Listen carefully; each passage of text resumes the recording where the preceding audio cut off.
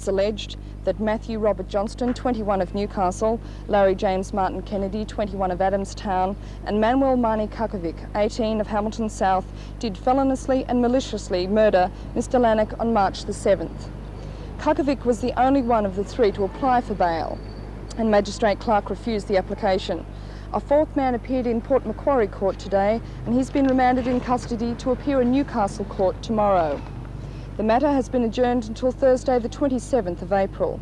The man originally charged with the murder, Peter Rodney Anthony, has not yet appeared before the court.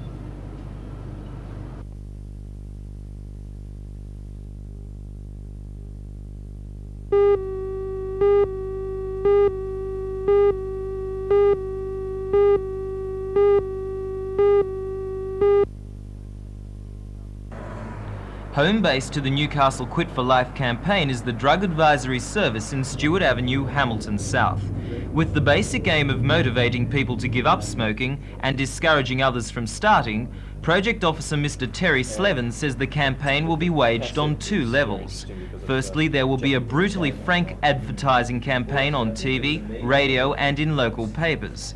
Secondly, school teachers, university lecturers and doctors will be reminded about the effects of smoking and encouraged to pass the information on to students and patients. Should someone decide to quit for life, kits are available from the Drug Advisory Service and local pharmacies. As well as helpful information, they contain a cassette which guides the listener through a series of relaxation techniques. All three aspects of the program began operating successfully in Sydney last year, and the state government has decided Newcastle will also benefit. Newcastle has a relatively high rate of smoking compared to the national average. When you come across figures such as death rates in any 1 year as a direct result of smoking between 540 and 800 people in the Hunter region, compared with a road toll of 112 people in 1983, it's pretty obvious that smoking and the effect it has is a pretty major problem in the Hunter region. How much effect do you expect this campaign to have on those figures? Well, it's very difficult to predict actual numbers, and I would hope it would have a major effect, but hopefully evaluation at the end of the campaign will be able to tell me specifically what has occurred as a result of the campaign. But the campaign is aimed at changing the attitude of the people in the Hunter region to smoking, and hopefully getting across the effects of cigarette smoking on people's health and on the health of those who aren't smoking, the passive smokers.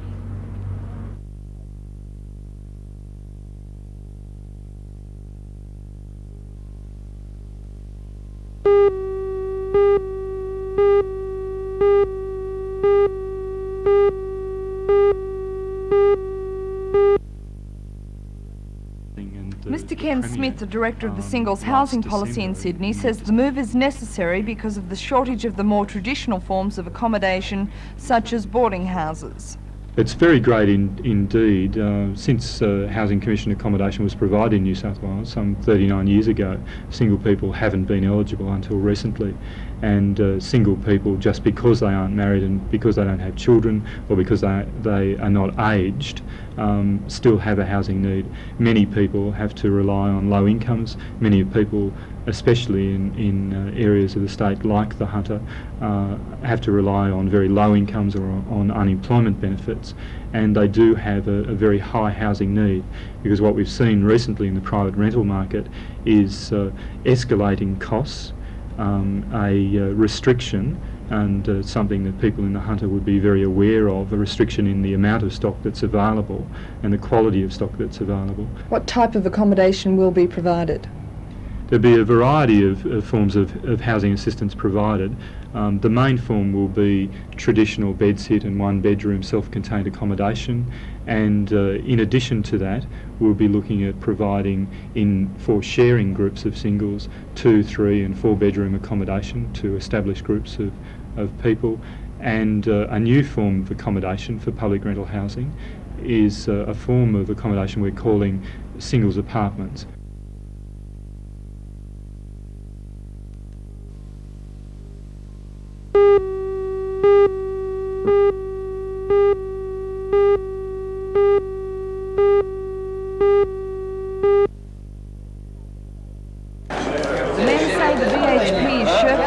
responsibilities by attempting to offload the 48 workers. They say they appreciate the effects of the downturn in the steel industry and are willing to meet the BHP halfway.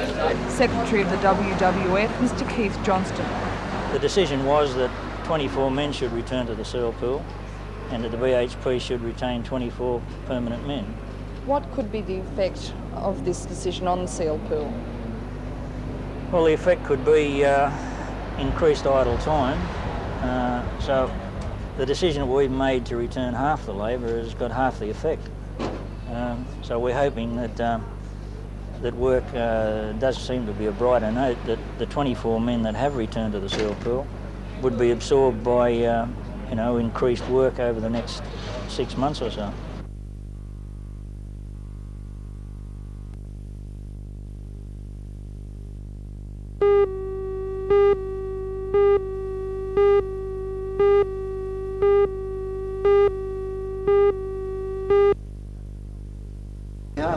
At the building centre in Broadmeadow, they were each presented with a bronze medallion. All 5 winners have studied joinery and carpentry. They were Bernard McMahon from Belmont Technical College, Kelvin Holliday from Newcastle Tech, Richard Potty from Maitland Tech, Cessnock's top apprentice Dale Mitchell, and Craig Ibbotson from Muswellbrook Tech. Then the major award of the night, the Hunter District Craftsman of the Year, was announced. It was Maitland College of TAFE student Richard Potty who took out his 2nd medallion.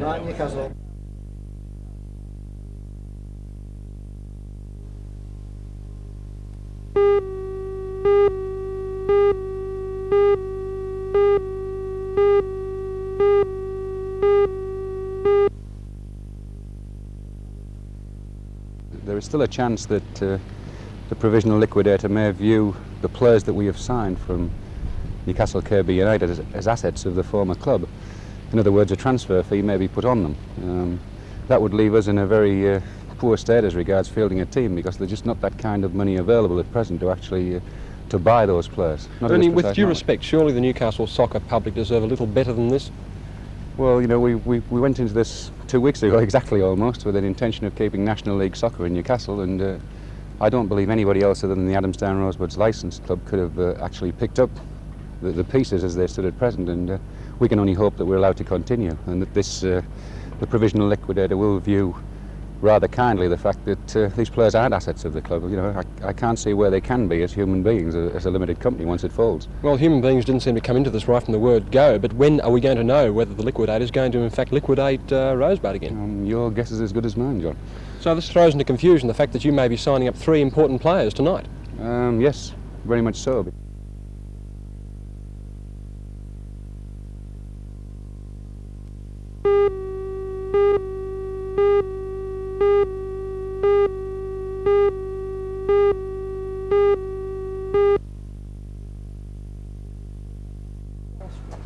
The inspection of the 8-hectare site at the end of Bombala Street took about half an hour. The members of the Aboriginal Sites Committee were hoping to prove that the land had to be left untouched because it was sacred to Aborigines. But they emerged disappointed. Datnet's Credits Development Advisor, Mr Malcolm Blackshaw, says there is now no question whatsoever of the land containing sacred sites. Well, we've proved beyond doubt that there are no Aboriginal artefacts on the land. Now, that is the result of a previous study we did about 6 weeks ago, and to help the NAC people, we acceded to their wish to join us again with the National Park and Wildlife Service, re-inspect the proposed sites and confirm our previous report, and that was that there are no Aboriginal artefacts on the site. Well, I'm aghast at it, really, in real terms. The reality of the situation, Mr Gardner and National Parks and Wildlife do not know what they're talking about. So what you're saying is that there are Aboriginal sacred sites on that land? There are sacred sites there. They have been determined before and they'll be determined again in the near future. The land near the Awabakal Reserve has long been the subject of controversy. It has been earmarked for preservation since it was purchased by Datnet's Credits 3 years ago. 2 applications to council to develop the land have been refused, and Datnet's Credits subsequently lodged an appeal with the Land and Environment Court. A hearing is scheduled for the 18th of next month. the Lake Council wants to resume the land in order to incorporate it into the proposed Glenrock Lagoon Recreation Park. The conflict between Datner's Credits and the council came to a head on Sunday when residents reported that bulldozers were clearing a road through the property. The Mayor, Alderman Pasterfield, is now considering further legal action against the owners for contravening the tree preservation order.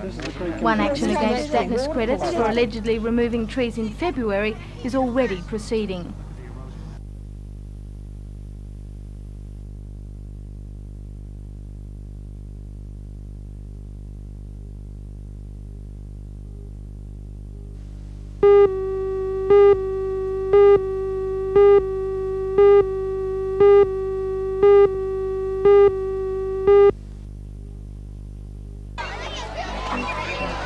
Some may choose to disregard Easter bonnet parades as old hat, but that certainly wasn't the case in the playground at Swansea today.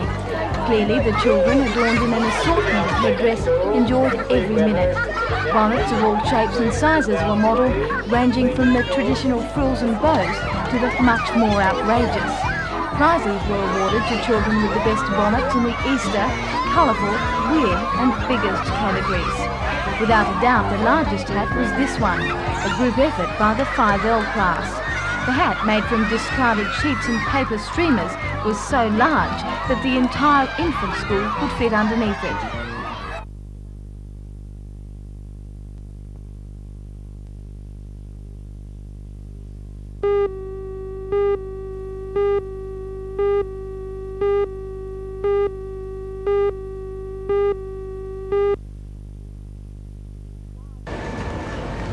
While for some of us it is business as usual today, many others are still on holidays. For those people, today provided an ideal opportunity to catch up on some shopping, an opportunity hundreds seized. Tuesday is normally a quiet day in the Hunter Street Mall, but today's crowds were reminiscent of a pre-Christmas rush. Some ventured into the shops simply in order to restock empty larders, but most seemed to be in search of bargains in one of the many post-Easter sales. The shops will be closed again tomorrow for the Anzac Day holiday.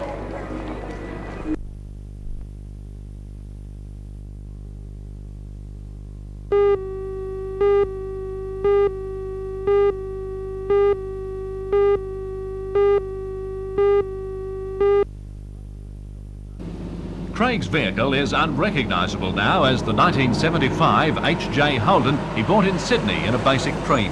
2.5 years and $28,000 later, this is what Craig has created, a prize winner, selected from 86 other vans from all over Australia.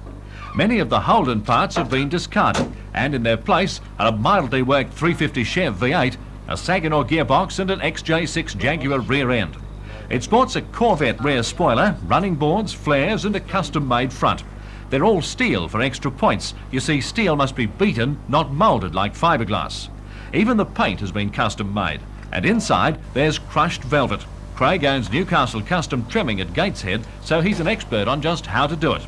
Of course, it also has to have an expensive hi-fi.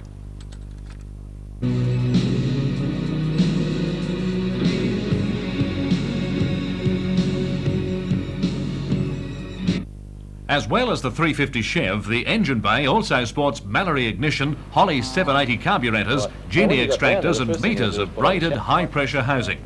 Judges consider not only what's been changed, but how well the changes have been done. Looks and cleanliness are very important, so the drive down to Wodonga meant loads more work on arrival.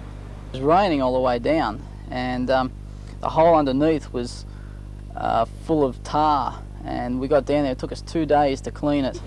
A lot of cleaning, but it was worth it in the end when the trophy came to us. Are they just going for the looks of it, or are they actually looking to see how much change has been made?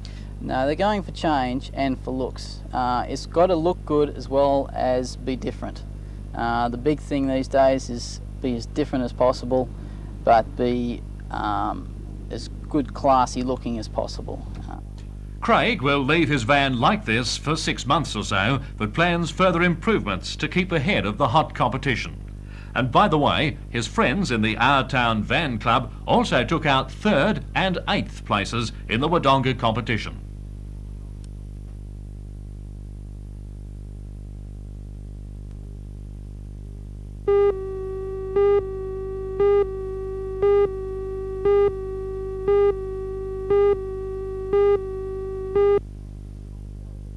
The Caldecots began their campaign to awaken Newcastle to what they see as the imminence of nuclear war at a press conference yesterday afternoon.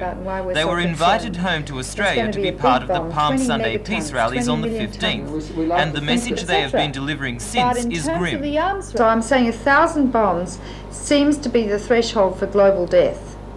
And we're talking about the fact that the superpowers together own 50,000 nuclear weapons. The chances of nuclear war are imminent. Great statesmen are now writing articles in the New York Times saying if Ronald Reagan is re-elected, there's a strong chance that he could produce a global nuclear war. So the computer would decide whether to launch nuclear war or not. See, which is very dangerous. Now, it's especially dangerous because we know in the United States, where the computers are relatively more sophisticated than in Russia, that in one 18-month period of time, the Pentagon computer made 151 errors in which it thought nuclear war was actually happening. Their talk at the Workers' Club last night drew more than 1,000 people of all ages. Dr. Bill Caldecott stressed that they are campaigning for the survival of the planet and take the danger so seriously that they gave up their medical careers in the United States to campaign full-time. Dr. Helen Caldecott turned her venom to United States. How dare the Americans come in and screw our country around and get rid of our elected Prime Minister. And then the Australian government. Prime Minister Hawke, she said, did not care about the threat, and Labor must return to its original anti-nuclear platform. People in the Labor government say, well, if we don't sell it, someone else will, as if, you know, what the hell, let's just go ahead and kill people because we don't really care, because if we don't kill them, someone else will kill them. What sort of morality is that? Coming from the Australian Labor Party, how dare they talk like that?